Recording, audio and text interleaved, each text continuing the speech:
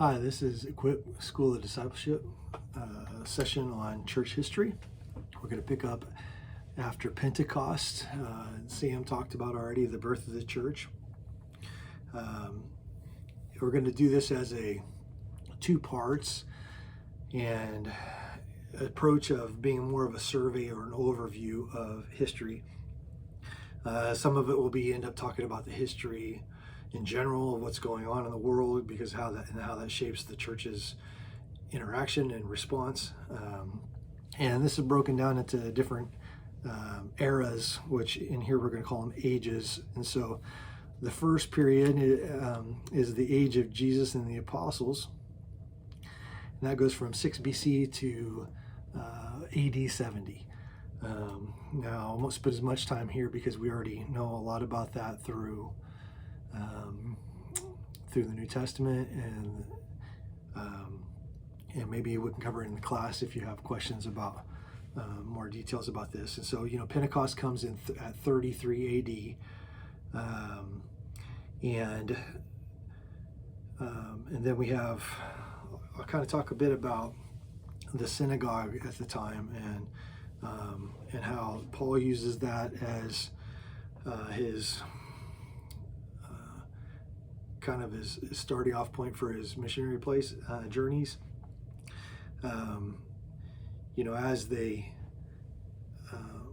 As he goes around to the different cities, that's where he always starts off. So he goes first to the Jew and then to the Gentile, as it says in Romans. He always brings the message to his fellow Jews first, even though he feels called to take the message beyond. So he uses synagogues for that, and that's also where we find the God-fearers that's mentioned in the New Testament. And those are Gentiles who are not circumcised, but they want to be there in that community and follow the teachings.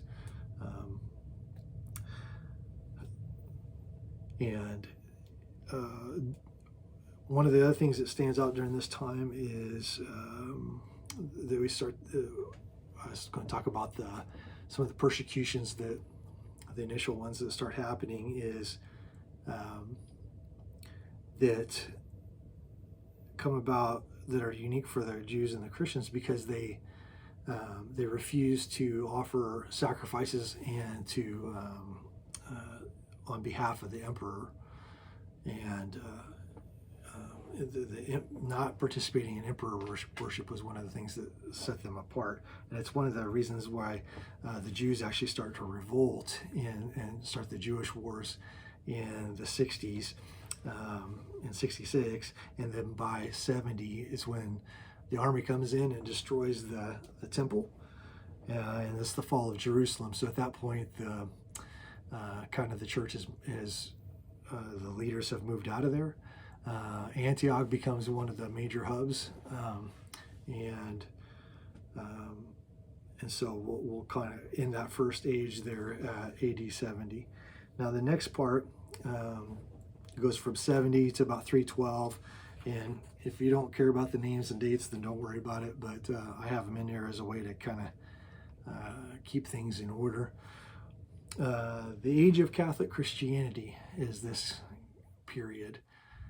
Catholic in meaning universal, as it spreads, that there's things they do to try to stay united, to try to stay even, and have a uniform vision.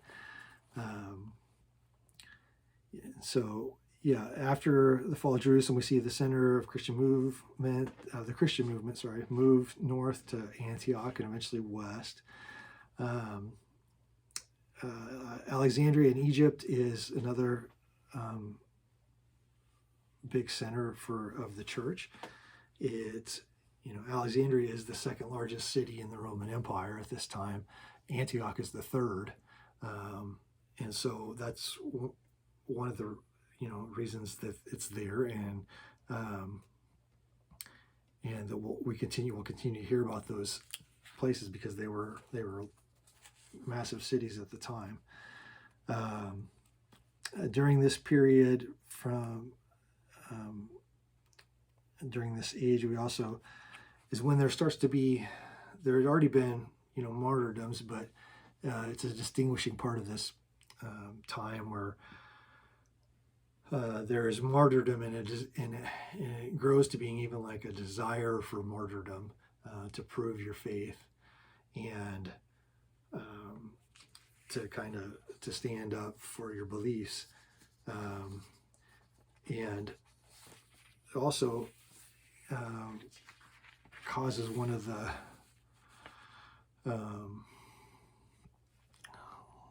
let's say one of the first major conflicts the church has to deal with too, is the dealing with like apostasy, and how do those who have denied their faith to avoid death and becoming a martyr, whether they can still be in the church or not. And this continues to be a discussion topic comes up again for many centuries in the church, and there's multiple views about that. So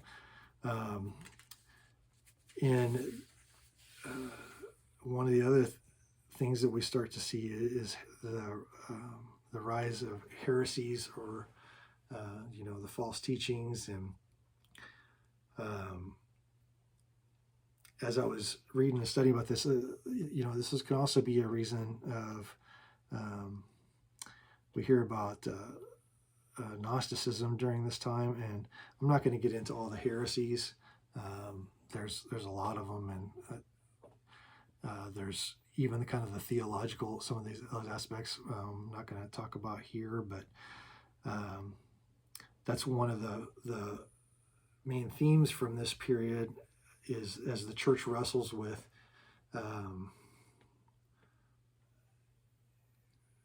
going from finding sound doctrine, and so we see the rise of orthodoxy. Again,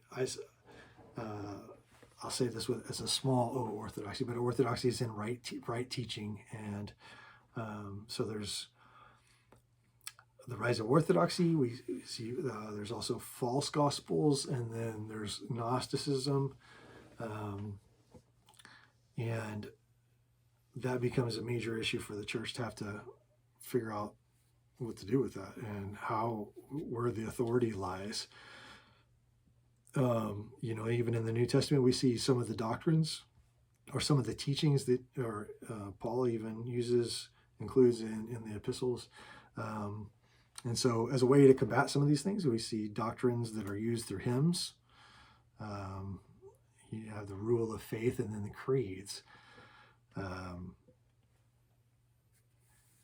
And it's in this period that we also get the formation, I have down here, what Jerome called the Divine Library, or the establishing of the canon, the Bible as we know it.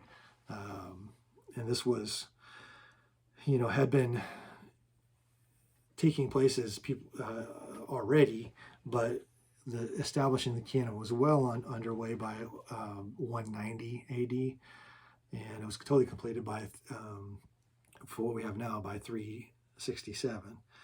And in between there were different parts of the areas of the church would include different gospels or different letters. In the same way that there was the discussion of what's included even in the Old Testament, let alone the New. So we also see apologists. So we go from apostles to intellectuals and philosophers. We have the apologists that are writing to defend the faith. And one of the major things in church history is kind of the role of the bishop, what continues to shape the church further on in history. And it's in this age where we start to see the power of bishops increase as a kind of as a position, I guess. Ignatius is one of the earliest to write of a pattern with a single bishop in each church,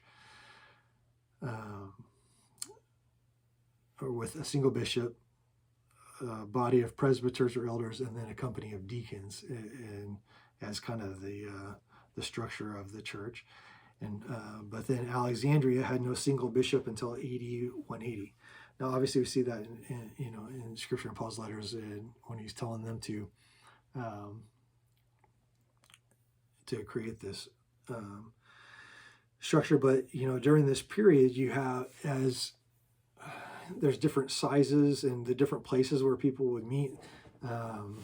Sometimes they meet in a home, and it was a little different in each part of the that world at the time, and it also made a difference on where you were in the world, based on if you're under the Roman Empire, or if you're more farther east, because your influences, what the structure of the society would be different too. But one of the reasons the succession of bishops became a prominent issue is to refute the claim of the Gnostics. The Gnosticism had a special teaching that they would say really appealed to a succession of teachers that they said to trace back to the apostles. And so there was the move to go and start trying to say, well, we got our teaching from this apostle, and this is who was before us, and how we can trace it all the way back. And so it started being a war or a fight between who can have the best lineage, and to try to prove that, which brings up a point too. When you're talking church history, there will be sometimes there'll be arguments about the word in Scripture of tradition versus teaching, and when those are used in translations. And actually, I probably won't say very much about that, but sorry. Anyways, there's schools of teaching we see are Alexandria, Antioch, and Caesarea. Those become big centers of learning, and also of passing on the knowledge of the church. There was a book that was called The Teachings of the Apostles, that was used early on in the church, called the Didact, and it has two parts. It kind of talks about the two ways of life, and then it kind of has a bit of a instructions for an orderly worship, and that goes way back to early on. As part of the school of teachings, I was going to point out, there's like Clement of Alexandria, and then Origen as another guy who the Christian, they promoted that the Christian can learn from the Greeks, because all truth and goodness, wherever found, come from the Creator. This was a move in the church to start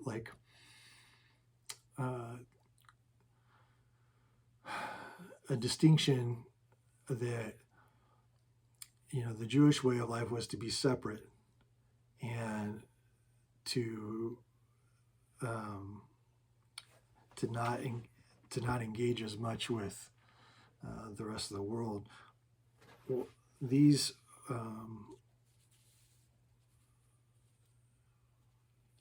I guess we'll call them some of the apologists.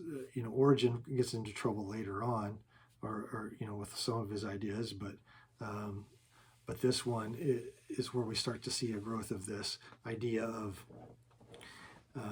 it's kind of a Hellenistic idea too, of engaging with the things that are around you and finding the truth and the goodness, and not having to throw away everything.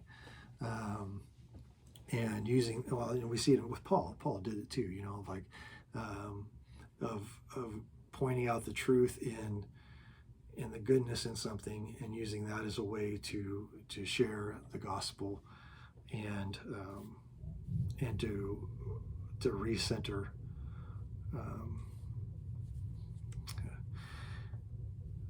And so, yeah, this age is really marked by also the wrestling with apostasy, and down here, one of the persecutions, the big ones.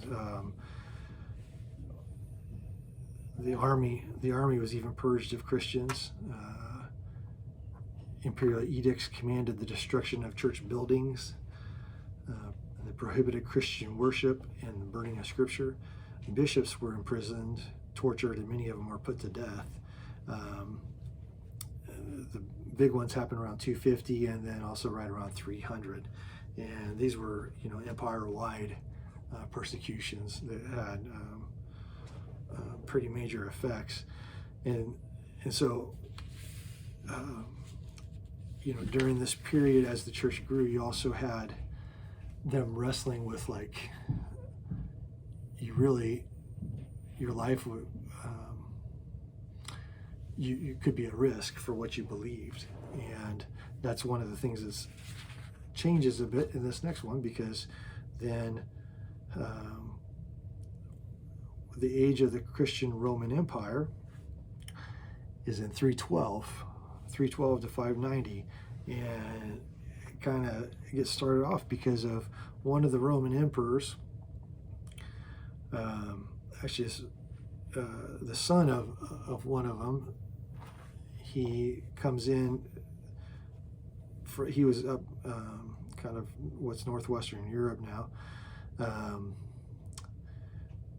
but then as he comes in towards Rome, so it's the Emperor Constantine, and he's one of the major figures of Christian history, some for not good reasons, or some people would, I guess I shouldn't say it that way, some people would challenge his status.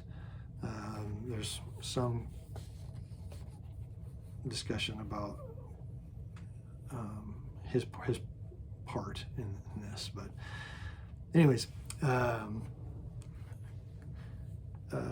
Constantine, after his conversion, Christianity moved swiftly from the seclusion of the catacombs to the prestige of palaces.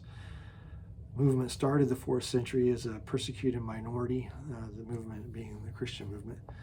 It ended the century as the established religion of the empire. The church was joined to power of the state and assumed a moral responsibility for the whole society. Some saw this as victory over the empire, while others believed the culture was capturing Christianity. And so a lot of what we have from this time and before is from a guy named Eusebius. He's one of my favorites because he was a historian.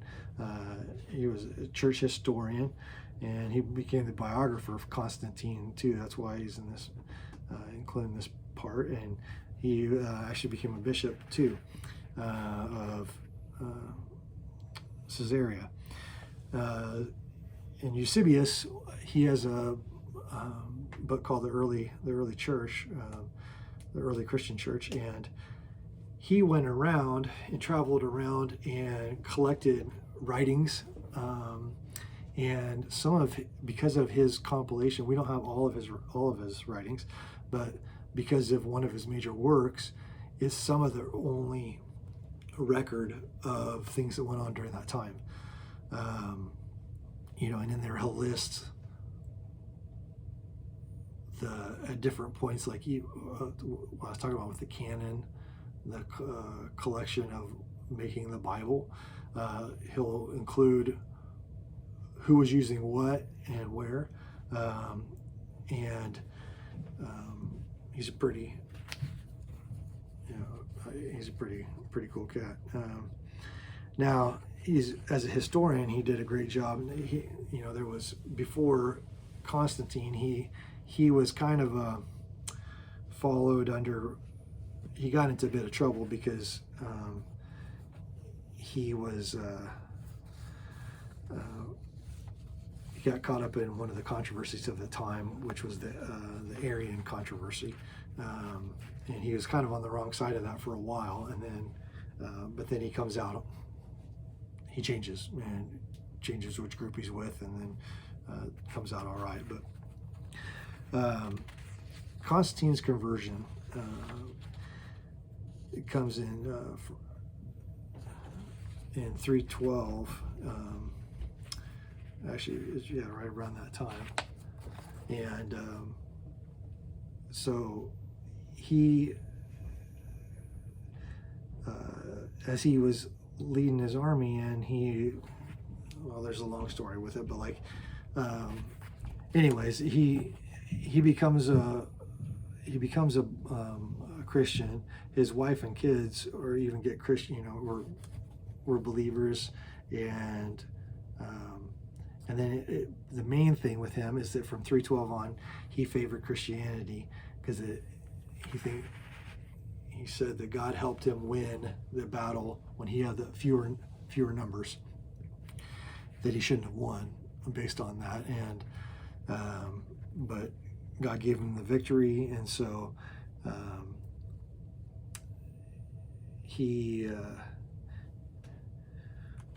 starts to make a big change where he favors Christianity. He allows ministers to enjoy the same tax exemptions as pagan priests. He abolished executions by crucifixion. He called a halt to battles of gladiators as a punishment for crimes. And in 321, he made Sunday a public holiday, and temples became church buildings. He also had brand new buildings built for the church as well. So alternatively, right before this, prior to his conversion, the church consisted of convinced believers who were willing to bear the risk of being identified as Christians. Now, what comes after is that many people came into the church who were politically ambitious, religiously disinterested, and still half-rooted in paganism. Now, of course, it's not all the way one or the other before or after this, but that's a pretty big difference that happens, and this period is marked by that. Now, so he starts to, it says he favors it. He doesn't, it's not till a little bit later in 380 when there's a different emperor, Emperor Theodosius, who made belief in Christianity a matter of imperial command. And so that's the point where, there's a big difference too. So anyways, in between there, right after Constantine, becomes emperor, we have the first Ecumenical Council, which is happens in Nicaea, which is in Turkey, and it is a group of where kind of the heads of churches all come from, as many as can come from all around. They all come together in Nicaea to kind of hammer out a creed. Well, that's where we get Nicene Creed from. I'm trying to find a different way to say it, but just say that. There have been, regional councils before where different church leaders would get together and like to talk about how they're going to deal with the problem, or ask how somebody else dealt with the problem, or and even to share,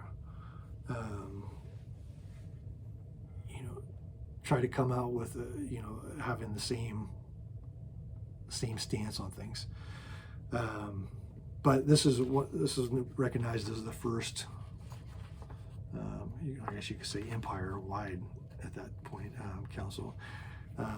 I guess one other thing I'll point out here is most of this is based from our Western Christianity, Western point of view. A lot of what goes on in the Far East, I don't know about, or even, the outer reaches of the world of the time.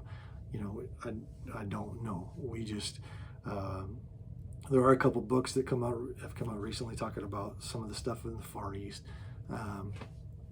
but I'm not as well versed in that. So a lot of what I'm talking about here is kind of the road that leads to where we're at here in the West, in the Western Church. But anyway, so this first Ecumenical Council in 325, it was a pretty big deal. It's we have the Nicene Creed from it, and it is a substantial conference because it was where they were debating and deciding on things like Arianism and even excommunication, and one of the points of conflict here was like they're trying to hammer out the wording for the person of Jesus. Like there was the debate going back and forth was he, what kind of substance was he? Was he fully God, or was he man and God, or was he the same substance, or did he become different, or was there a change? There were different schools of thought and different ways of expressing things, and so and that was, anyways, other people could speak a lot more about that than I can, but I just know that this was a major point at that time, especially with Arianism, because that continued to be a big division. So there's also a second council that happens in Constantinople in 381. And that one, when they were talking about making sense of the mystery of the Trinity and establishing the creed about the Trinity. And so in between there's a, we're trying to narrow down the wordage of things we take for granted now. I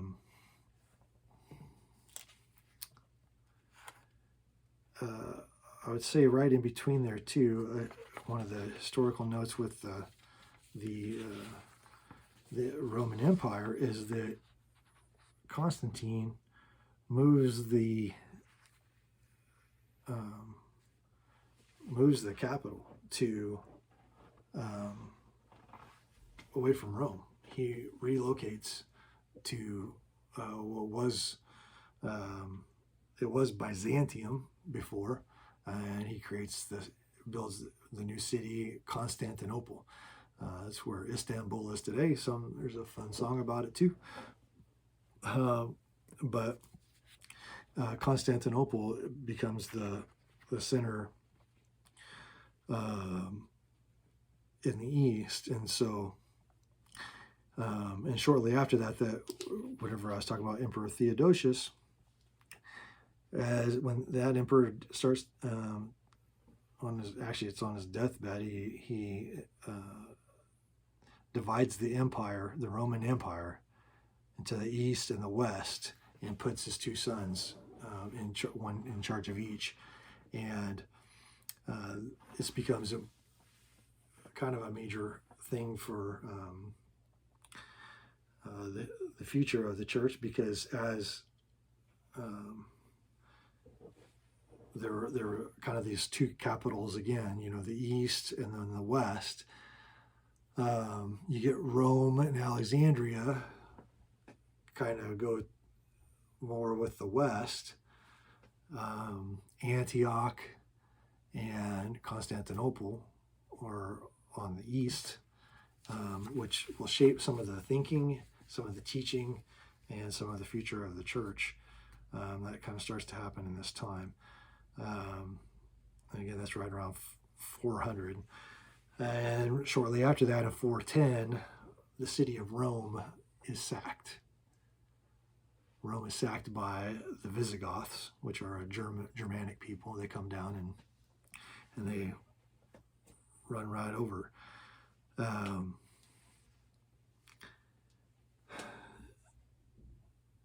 That doesn't mean the Roman Empire has fallen, but it just means the center in Rome is at an end.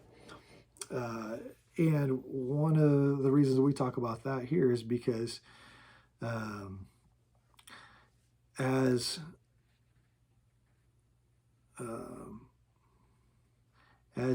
the kind of the political power of Rome diminishes, the spiritual part of it increases. This kind of another thing we talked about earlier with the role of bishops. Well, there's a couple words for some people. I'll say you might hear a bishopric, or the office of the bishop, or and where the bishop is, the head of an area. It's called the see, or SEE, which is kind of the location.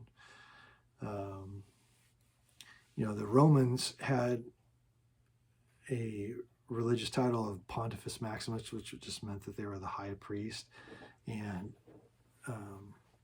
the emperor took that on himself. But there was also even before that, there were different people on that role.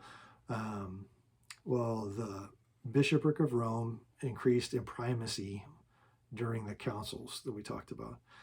And in 330, a new Rome is established in Constantine, and Constantine moved the imperial residence to Byzantium and increased Constantinople. But in that ecumenical council, previously to this time, there were the bishops or the heads of the different areas of the church. When they came together, they might defer to one who was older or was from a bigger city area, but it wasn't established that they were the head of it all. The Bishop of Rome starts to gain in primacy, or even they start using words like they're the patriarch of this area. But then it's in 451 at Chalcedon, which is another council, where there's starts to be two heads established: the Roman Church of the Western Empire, and then the Greek Church of the Eastern Empire.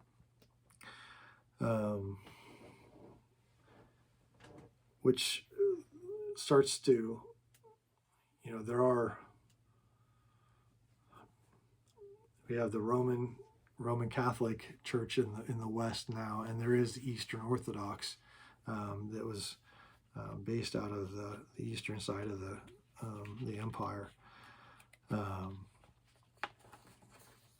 Another part of this age that's really important to talk about is it's whenever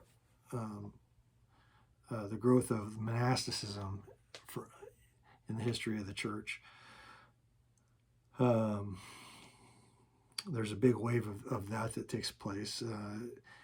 It starts off as lonely hermits who go out into the desert or out into the mountains. We even saw that in the New Testament time, but here in this period, there are those who do it because in searching for faith. There are those who are doing a fleeing away from the world, and there's because of the state and the church combining, there's some that are fleeing the actual church itself and searching for kind of going back to some basics. And so you also see the Ascetic Movement spreads, and there's It's marked by their vow of poverty and chastity and obedience. This is also, you say, a period of writings that some are referred to as the church fathers. There's the desert fathers, some of these monks who go out into the desert, and then there's in the West there's Latin fathers, just early figures of the church who have writings that are used by many.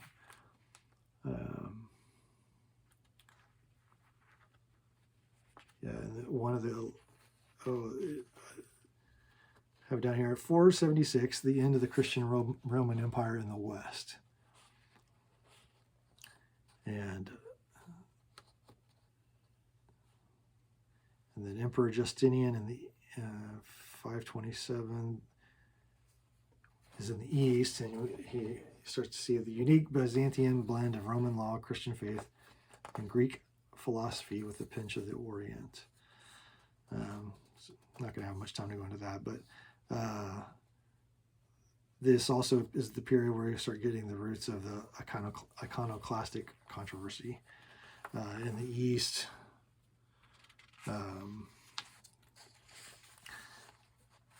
I'll just include that in the next group. This next period is a really large period. It's the Christian Middle Ages. It goes from 590 to 1517. There's no way we're going to get through all that right now, so I'll save some of that for later. But in the East, the marriage of the Christian church and the Roman state continues for a millennium. It's marked by a mystical piety that flourished under the protection of Orthodox emperors. And that runs all the way to 1450, when invading Muslim Turks brought the Byzantine Empire to its final ruin. And the fall of Constantinople meant the rise of Moscow as the new capital of Eastern Orthodoxy. So it's at this time when you see because of the Eastern Orthodox, where you see the growth of Russian Orthodox as the new center for a period of time. In the West, the Christian church put together a new order as they took the lead in the rule by law, the pursuit of knowledge, the expansion of culture. Underlying concept was Christendom, which united empire and church in a different way. The popes slowly assumed more and more power until Innocent taught Europe to think of the popes as world rulers. Later centuries, however, saw the popes corrupted by power and increasingly militant reformers. They would cry out for change. I'll share just a little bit about this period right now, and we'll pick it up more later. In the West, as I was saying, as the city of Rome, as the empire declined, then the church centered there increases in its power and in its reach. They start to send missionaries out, which, I mean, there always had been some, but there's like a new emphasis on that. And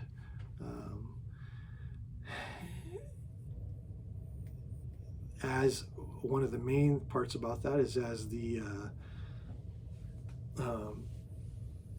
they start to convert some major kingdoms, and it kind of goes from there's a wave of mass conversions, where when a king converts to Christianity, well, then he brings with him a whole lot of people, and that there starts to be kind of waves of that. But it is interesting how the church takes this role of kind of combining and connecting the different